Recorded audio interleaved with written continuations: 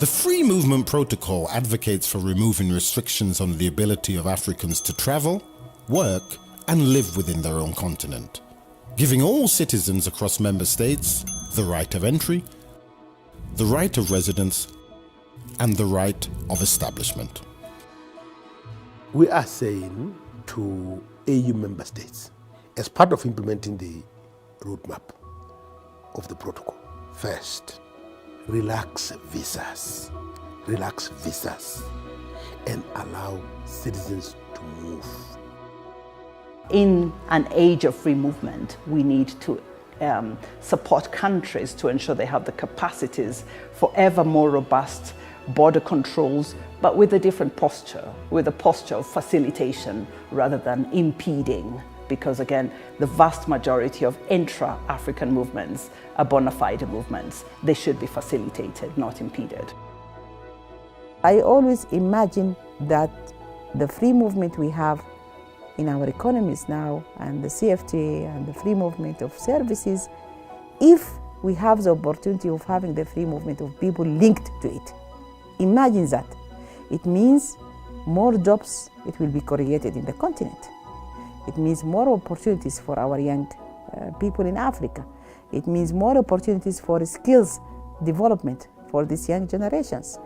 It means that they can have the opportunity to fulfill their aspiration within the continent.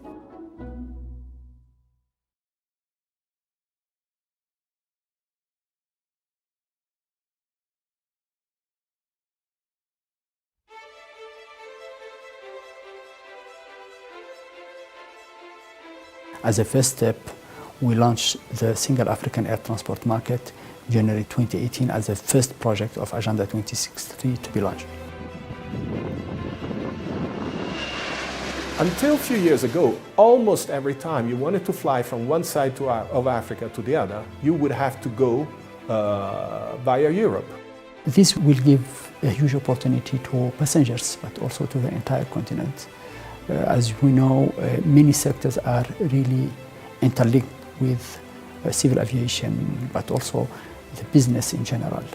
If air transport were to be liberalized amongst them, an additional 155,000 new jobs will be created. 1.3 billion will be added to the GDPs of the 12 countries, and it would make travel much more easier, cost-effective, and make it competitive.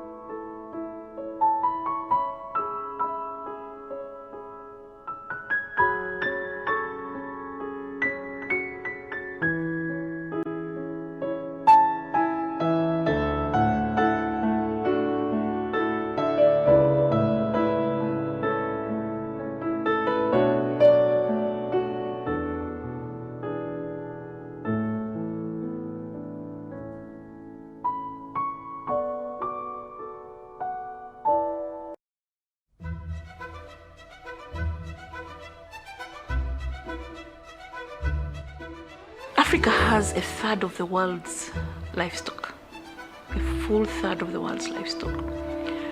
And yet we import 4 billion worth of livestock products every year. The Inter-African Bureau for Animal Resources, which is in short AUIBA, has the mandate to support AU member states in the coordination and utilization of animal resources. Animal resources, by that I mean livestock, fisheries, aquaculture, and livelihood.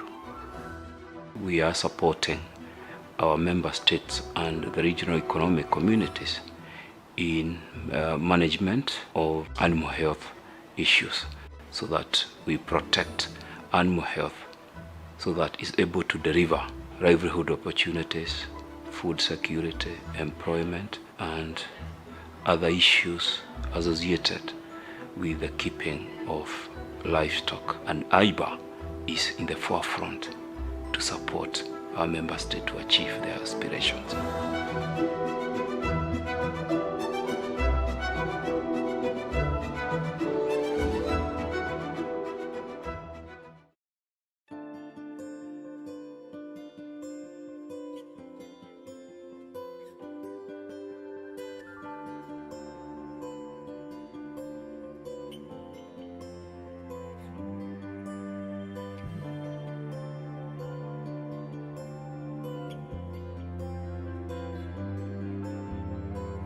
If you don't have this type of a specialized technical office, how do you address this problem? It's very important to have this type of agency.